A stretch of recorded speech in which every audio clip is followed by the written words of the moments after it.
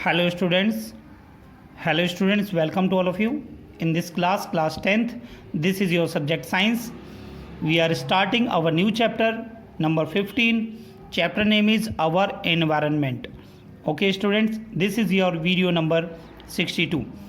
Okay students, आज की class में हम ये आपका नया चैप्टर स्टार्ट करेंगे आवर एनवायरनमेंट.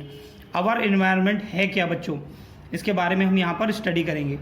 तो सबसे पहले बच्चों हम एनवायरनमेंट के बारे में जानें. एनवायरनमेंट क्या है? Environment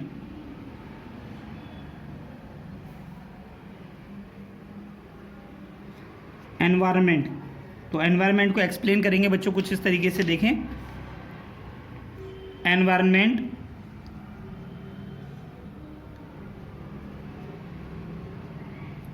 environment includes living being and non-living being. Non-living being to survive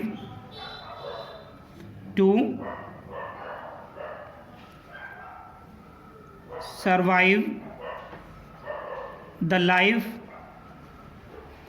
of living being.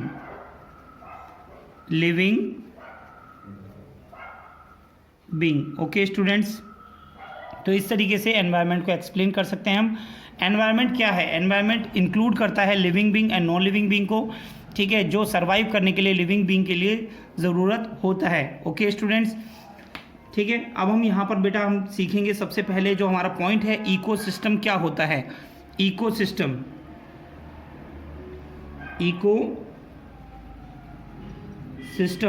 अगर बच्चों अगर आप देखेंगे जो इकोसिस्टम है वो उसी को ही हम कहते हैं एनवायरनमेंट. क्या कहते हैं बच्चों? एनवायरनमेंट. ठीक है बच्चों, तो हम यहाँ पर इसे बताएंगे. It is the structural and functional unit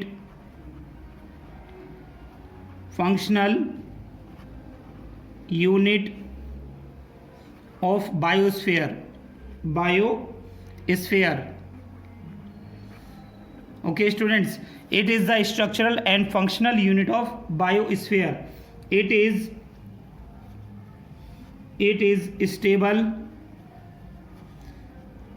stable ecological unit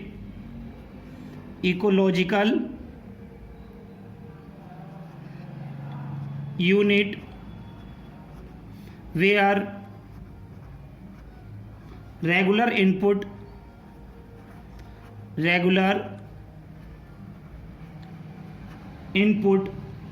of energy and circulation of matter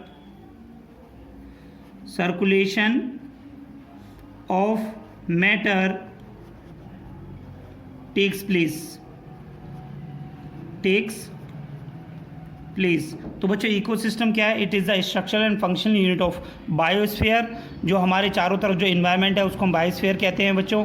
it is the stable ecological unit. ये हमारी स्टेबल इकोलॉजिकल यूनिट होती है जिसमें हम रेगुलर इनपुट ऑफ एनर्जी हमारी जाती है एंड सर्कुलेशन ऑफ मैटर हमारा इसमें होता रहता है. ठीक है स्टूडेंट्स, एक इम्पोर्टेंट पॉइंट है, सभी बच्चे ध्यान दें. The term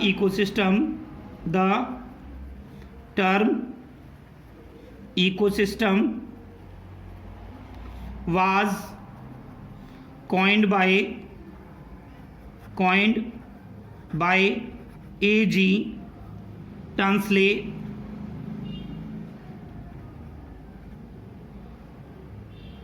in 1935. तो बच्चों इकोसिस्टम किसने दिया था? A.G. टांसले ने दिया था 1935 में. ओके स्टूडेंट्स, तो यहाँ पर हम इसे इस तरीके से भी हम एक्सप्लेन कर सकते हैं. All the interacting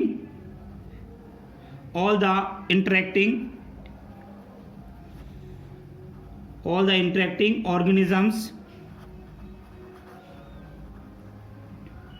organisms in an area together with the non-living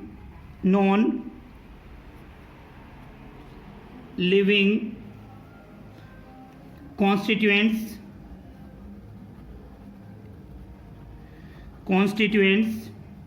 of the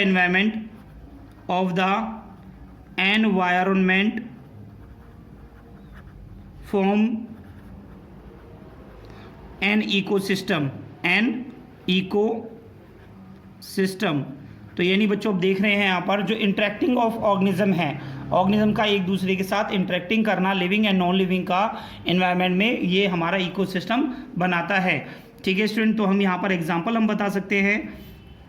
example हमारा हो सकता है ए lake, a forest, etcetera. Okay student, तो हम देख रहे हैं यहाँ पर लेक में भी काफ़ी सारे जो जीव हैं वो रहते हैं, इसी तरीके से फॉरेस्ट में रहते हैं जो एक दूसरे से इंटरेक्ट करते हैं। ठीक है, और उन्हीं इंटरेक्शन जो एनवायरनमेंट में जो इंटरेक्शन होती है, इसी को हम बोलते हैं बच्चों इकोसिस्टम। क्या कहते हैं बच्चों? Ecosystem. Okay students, next point बच्चों हम यहाँ पर सीखेंगे टाइप्स ऑफ इकोसिस्टम के बारे में। Types of ecosystem. Types of ecosystem बच्चों आपके टू टाइप्स के होते हैं। It is of two types. Number first natural ecosystem. Natural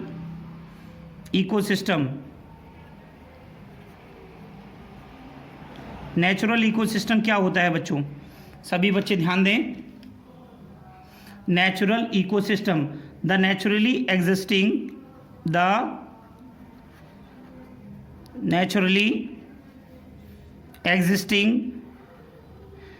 naturally existing ecosystem without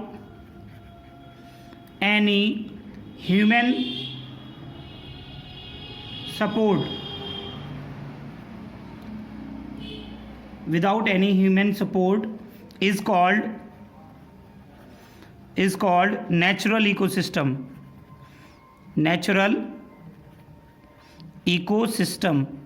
okay students, तो यानी जो नेचुरली एग्जिस्टिंग इकोसिस्टम है जिसमें ह्यूमन सपोर्ट नहीं होता है उसे हम नेचुरल इकोसिस्टम कहते हैं।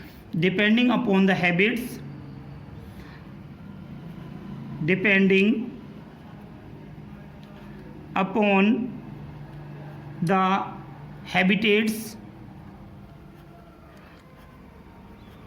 habitats natural ecosystem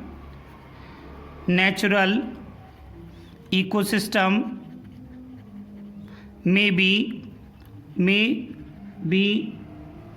terrestrial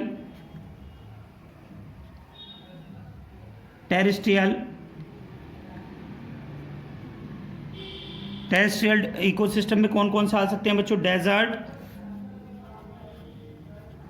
desert में हो सकता है ग्रासलैंड। टेरेस्ट्रियल मीन्स क्या होता है बच्चों? जो ज़मीन पर रहते हैं। ठीक है, and forest.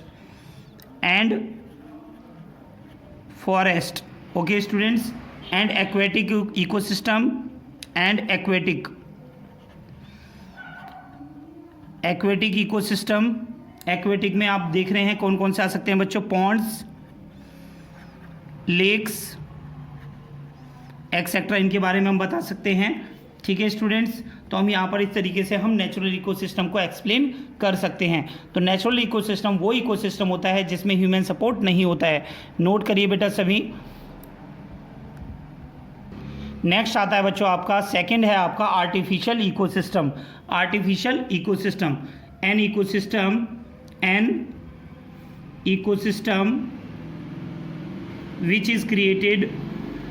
which is created and maintained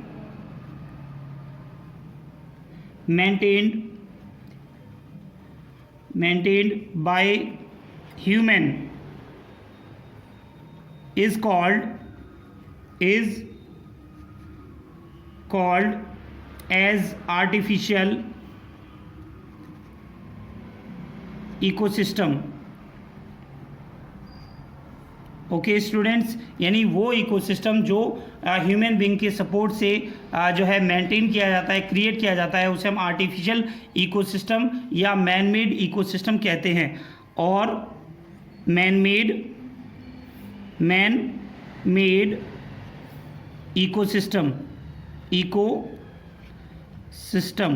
okay students, बहुत सिंपल है बेटा ये चैप्टर आपका. ठीक है, ये आपका कौन करता है? रेगुलर तरीके से मेंटेन किया जाता है बाय द ह्यूमन बीइंग में. ओके स्टूडेंट्स, यहाँ पर आपको एक और इकोसिस्टम पढ़ने को मिलता है बच्चों इसमें. इसे हम बोलते हैं agro ecosystem.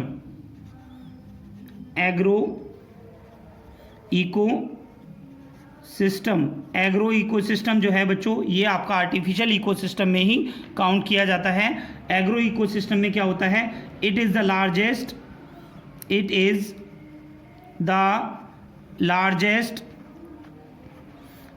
largest man-made ecosystem. Other examples are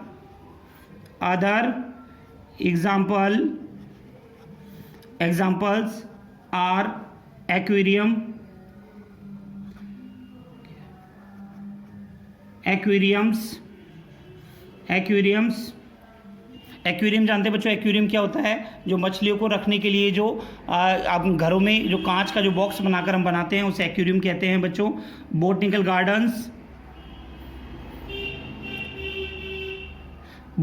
gardens, parks, ये सभी क्या है बच्चों? ये मैन मेड इकोसिस्टम होते हैं. ओके स्टूडेंट्स, नेक्स्ट पॉइंट हम पढ़ेंगे बच्चों यहाँ पर कंपोनेंट्स ऑफ इकोसिस्टम.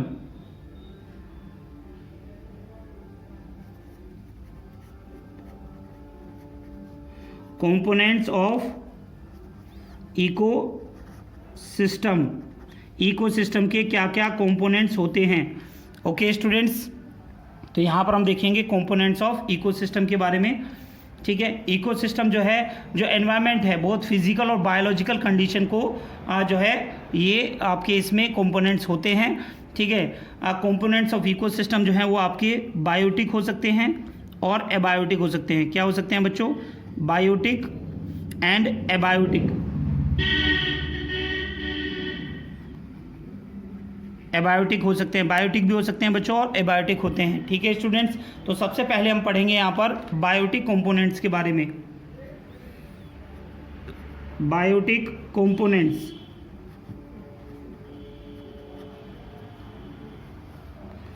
तो बायोटिक कंपोनेंट्स क्या हैं? सभी बच्चे ध्यान दें, देखें यहाँ पर.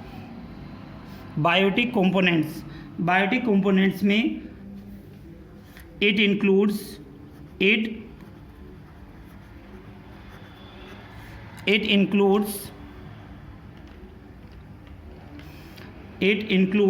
all the living organisms,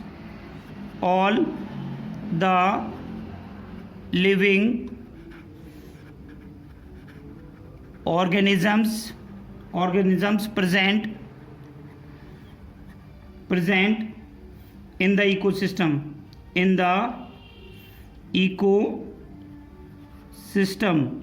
biotic components में क्या है? It include all the living organisms present in the ecosystem. Okay students, that is कौन कौन से होते हैं बच्चों हमारे living components? Plants,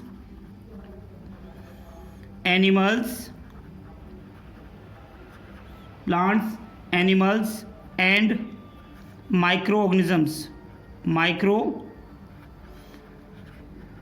organisms. Okay students, तो ये सभी क्या है? बायोटिक कंपोनेंट्स में आते हैं. ठीक है स्टूडेंट्स, तो आपके इसमें जो है बायोटिक कंपोनेंट्स में आपके जो ग्रुप्स होते हैं, कुछ आपके ग्रुप्स होते हैं, जैसे जो लिविंग ऑर्गेनिजम्स हैं ये इंटरकनेक्टेड होते हैं विद वन अनदर. ठीक है, ये इंटरडिपेंडेंस होते हैं एक दूसरे पर और इससे इनको जो है न्यूट्रिशनल रिलेशनशिप है, जो एक दूसरे को ये कंज्यूम करते हैं on the basis of consuming, ठीक है। इनको जो है डिफरेंट कैटेगरी में इनको बनाया गया है, ठीक है बच्चों। तो इस कैटेगरी को देखते हैं ये किस किस कैटेगरी में है। जैसे कि आप सभी बच्चे जानते हैं माइक्रो ऑर्गेनिजम्स एक दूसरे को ये कंज्यूम करते हैं, तो उस कैटेगरी में भी इन्हें डिवाइड किया गया है। देखिए बच्चों यहाँ पर on the basis of food they consume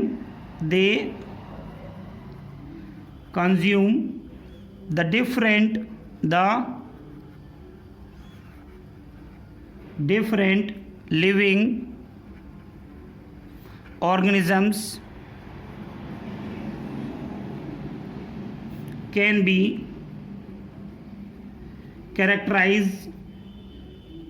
categorized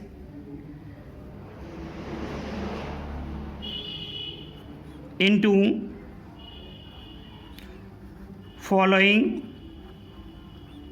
groups. तो कौन कौन से ग्रुप्स हैं बच्चों यहाँ पर हम देखेंगे, नोट करिए बेटा सभी। नंबर फर्स्ट ग्रुप आता है बच्चों आपका प्रोड्यूसर्स। ओके स्टूडेंट्स, प्रोड्यूसर्स क्या होते हैं देखिए बच्चों यहाँ पर, these are the living beings, these are the living beings which produce their food by the process of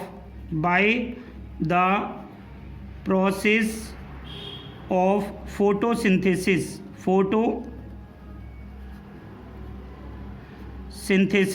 जो अपना खाना फोटोसिंथेसिस प्रोसेस से बनाते हैं। Example all green plants and blue green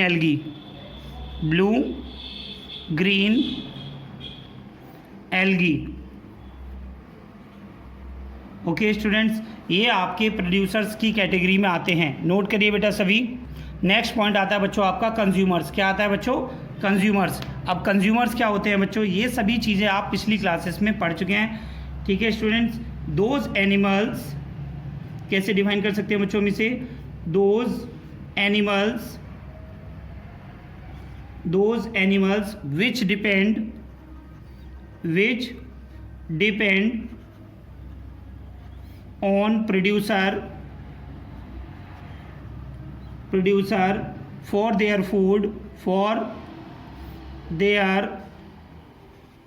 food directly or indirectly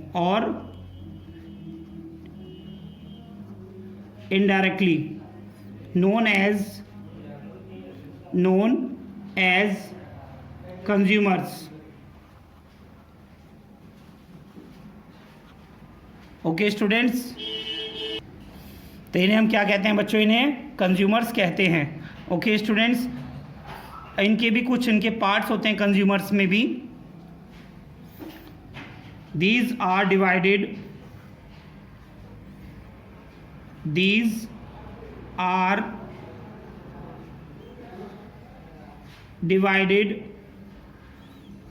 into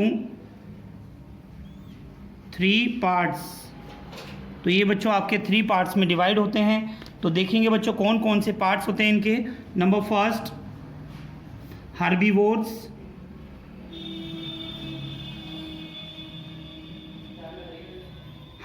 क्या होते हैं बच्चों, those animals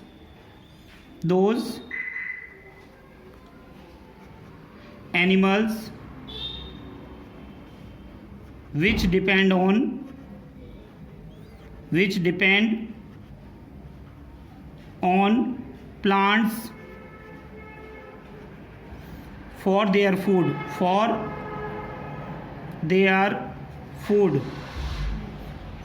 food are known as herbivores। Okay students, number second कौन से होते हैं बच्चों, ये जो 3 पार्ट्स हैं कंज्यूमर्स के, कार्निवोर्स। कार्निवोर्स क्या होते हैं बच्चों, those animals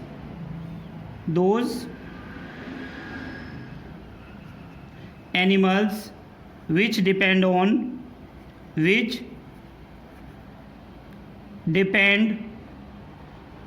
herbivores. Okay student, which depend on herbivores group for their food,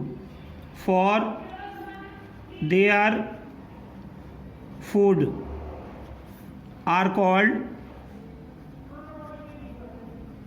carnivores. Okay students, तो कार्निवोर्स में क्या आ जाते हैं बच्चों, जो आपके these animals depend on other animals, ठीक है, जो आपके ऑन हर्बीवोर्स पर भी डिपेंड होते हैं, इन्हें हम बोलते हैं सेकंड ऑर्डर कंज्यूमर। क्या बोलते हैं बच्चों हम इन्हें, second order consumer. Okay students,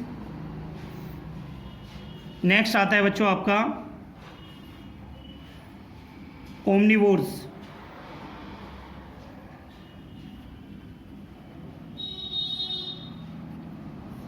omnivorous क्या होते हैं बच्चों, those animals which depend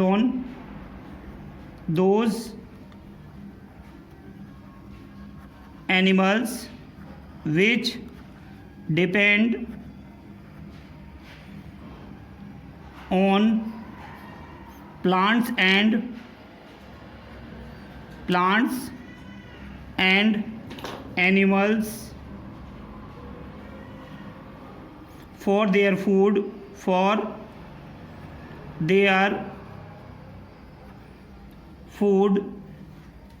are known as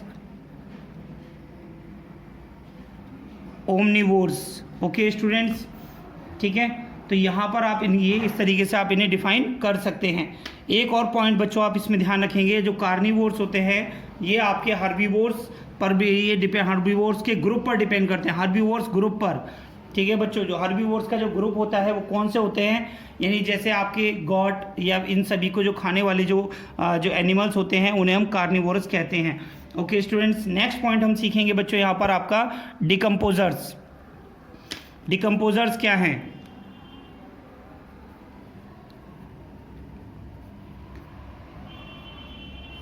decomposers, सभी बच्चे ध्यान दीजिए। Decomposer, these are microorganisms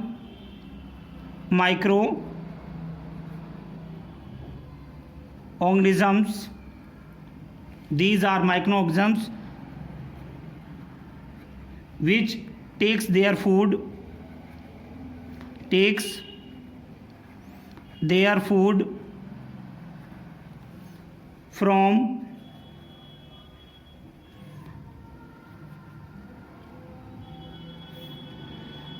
from dead animals,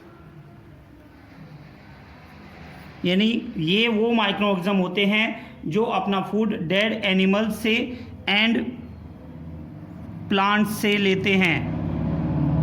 okay students, these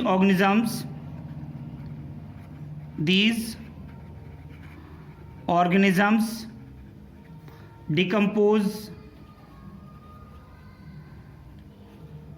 decompose complicated substance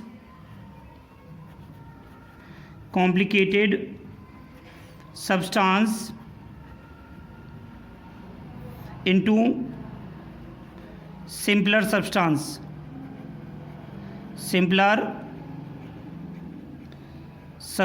यानी ये कॉम्प्लिकेटेड सब्सटेंस को सिंपलर सब्सटेंस में ये क्या नाम है कन्वर्ट कर देते हैं। ओके स्टूडेंट्स, और ये कौन से होते हैं बच्चों, एग्जाम्पल में आते हैं बच्चों आपके बैक्टीरिया, फंगाई एक्सेट्रा। इनको हम डिकम्पोज़र बोलते हैं। तो बच्चों डिकम्पोजर्स क्या होते हैं? जो आपके डेड एंड डिकेइंग मैटर को खाते हैं उन्हें हम क्या बोलते हैं बच्चों? इन्हें हम कहते हैं जो डेड एंड डिकेइंग मैटर खाते हैं उन्हें हम डिकम्पोज़र कहते हैं। ये कॉम्प्लिकेटेड सब्सटेंस को ये सिंपलर सब्सटेंस में कन्वर्ट कर देते हैं। और एग्जांपल है आपका बैक्टीरिया एंड फंगाई। तो बच्चों ये थे बच्चों आपके कुछ कैसे जो इंपॉर्टेंट डेफिनेशंस जो आपकी बायोटिक कंपोनेंट्स में आते हैं। एंड यहाँ पर आपका नेक्स्ट पॉइंट आता है बच्चों, प्रॉफिट ऑफ डिकम्पोज़र क्या है। ठीक है, डिकम्पोज़र का हमें कैसे प्रॉफिट हो सकता है। ठीक है बच्चों, नोट करिए बेटा सभी। नेक्स्ट पॉइंट है बच्चों आपका profit of decomposers. Profit of decomposers क्या होता है? तो बच्चों आपको फर्स्ट पॉइंट मैंने आपको यहाँ पर बताया है, decomposers decompose those substances which is harmful and poisonous in nature. Decomposer decompose करते हैं उन सभी सब्सटेंस को जो हार्मफुल होते हैं एंड पॉइजनियस होते हैं नेचर में। दो substance these substance converted into simple substance and non harmful substance में कन्वर्ट कर दिए जाते हैं by the decomposers. Okay students, next point बच्चों आपको मैंने यहाँ पर बताया है, decomposers are decomposed dead living beings converted into by converting into simple elements और compound in nature which recycle in nature. जो ये डेड एंड डेड जो लिविंग बींग्स होती हैं उनको सिंपल एलिमेंट्स और कंपाउंड्स में कन्वर्ट कर देते हैं जो आपके रिसाइकल होते हैं नेचर में। Okay students, they help in recycling of material. इसी पॉइंट को हमने शॉर्ट में करके लिखा है। ओके स्टूडेंट्स, नेक्स्ट पॉइंट में बच्चों मैंने आपको बताया है, they creating space for the growth of new organisms. They creating space for the growth of the new organisms. वो ये जो डिकम्पोजर्स हैं, ये दे का मतलब क्या है बच्चों? यहाँ पर डिकम्पोजर जो है क्रिएट करते हैं space for the growth of new organisms के लिए ये स्पेस जो क्रिएट करते हैं। ओके स्टूडेंट, सभी बच्चे नोट कर लीजिए बेटा इसे। नेक्स्ट पॉइंट पढ़ेंगे बच्चों हम यहाँ पर फूड चेन। फूड चेन क्या होती है? ठीक है students, it is a system of it is a system of organisms in which energy is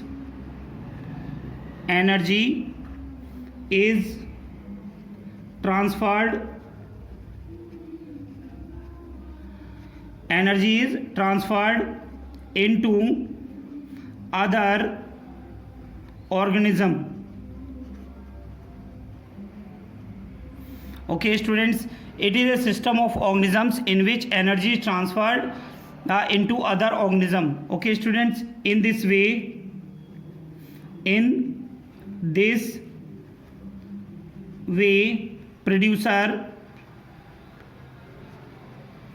producers and consumers related to each other. इस तरीके से जो आपके प्रोड्यूसर हैं और जो कंज्यूमर हैं एक दूसरे को खाकर वो एनर्जी लेते हैं और इस तरीके से वो एक दूसरे से रिलेटेड होते हैं। ओके स्टूडेंट्स, यहाँ पर हम एग्जांपल देख सकते हैं बच्चों। इसका एग्जांपल किस तरीके से होगा? जैसे हम एक एग्जांपल लेकर आपको बता रहे हैं, ग्रास। ठीक है, ग्रास को किसने खाया बच्चों? इंसेक्ट ने। ठीक है, और इंसेक्ट को कौन खा लेता है? एग्जाम्पल ले लेते हैं, फ्रॉग ने क्या खाया बच्चों? इंसेक्ट्स को। और फ्रॉग को कौन खा लेता है बच्चों? स्नेक। एंड स्नेक को खा लेता है बच्चों कौन? ईगल। ठीक है बच्चों, तो इस तरीके से हम एक फूड चेन यहाँ पर बनाकर हम आपको दिखा सकते हैं। ओके स्टूडेंट्स, नेक्स्ट पॉइंट आता है बच्चों आपका ट्रॉपिक लेवल। क्या होता है ट्रॉपिक लेवल? देखेंगे बच्चों सभी यहाँ पर trophic level.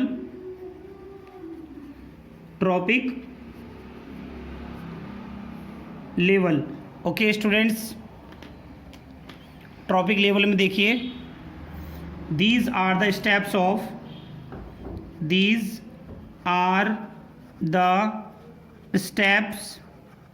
Of food chain. ये फूड चेन के ही स्टेप्स होते हैं। This start from producer which is first trophic level, which is first trophic level, यानी जो आपका जो प्रोड्यूसर होता है ये फर्स्ट ट्रॉपिक लेवल होता है। ठीक है बच्चों। Primary consumer, primary consumer, primary consumer कौन होगा बच्चों? जो प्रोड्यूसर को खाएगा। ओके स्टूडेंट्स, इसे हम बोलेंगे बच्चों second trophic level, second tropic level. Okay students, and third trophic level, third trophic level, इसे हम बोलते हैं बच्चों टेरिटरी कंज्यूमर,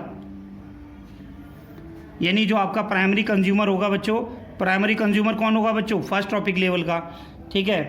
एंड जो सेकंड ट्रॉपिक लेवल है, primary consumer second trophic level का हो गया, एंड जो थर्ड ट्रॉपिक लेवल है उसे हम बोलेंगे tertiary consumer. First trophic level primary consumer which is the start of the producer. ठीक है बच्चों, ये क्या है? These are the steps of food chain, this start from the producer. जो प्रोड्यूसर होता है उसी को हम फर्स्ट ट्रॉपिक लेवल कहते हैं, और जो प्राइमरी कंज्यूमर होता है वो सेकंड ट्रॉपिक लेवल पे होता है, और जो थर्ड ट्रॉपिक लेवल पे होता है बच्चों, third trophic level territory consumer. तो आपने देखा बच्चों प्राइमरी कंज्यूमर किस लेवल पे है आपका? Second trophic level. Third trophic level पे क्या हुआ? Secondary consumer. Okay students, and जो आपका टर्शरी कंज्यूमर होगा, टर्शरी कंज्यूमर, ये आपका फोर्थ ट्रॉपिक लेवल पे होगा। किस पर होगा बच्चों? Fourth trophic level. तो बच्चों जो मैंने एग्जांपल आपको दिया है इसको हम देखें तो यहाँ से ग्रास जो आपका फर्स्ट ट्रॉपिक लेवल, इंसेक्ट आपका second trophic level, third trophic level frog हो गया, फोर्थ ट्रॉपिक लेवल आपका स्नेक हो गया, एंड फिफ्थ ट्रॉपिक लेवल आपका ईगल हो गया। ओके स्टूडेंट्स, तो यहाँ से हम इन चीज़ों को यहाँ से एक्सप्लेन कर सकते हैं। ओके स्टूडेंट, नेक्स्ट क्लास में मैं आपको सिग्निफिकेंस ऑफ फूड चेन क्या है, फूड वेब क्या होती है, 10% लॉ, इस चैप्टर को हम आगे कंटिन्यू करेंगे।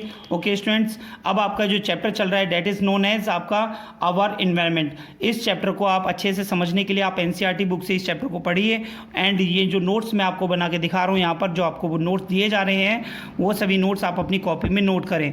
ओके स्टूडेंट्स, आज की क्लास में इतना ही। मिलता हूँ मैं आपसे नेक्स्ट वीडियो में आपके इसके नेक्स्ट टॉपिक के साथ। Thank you.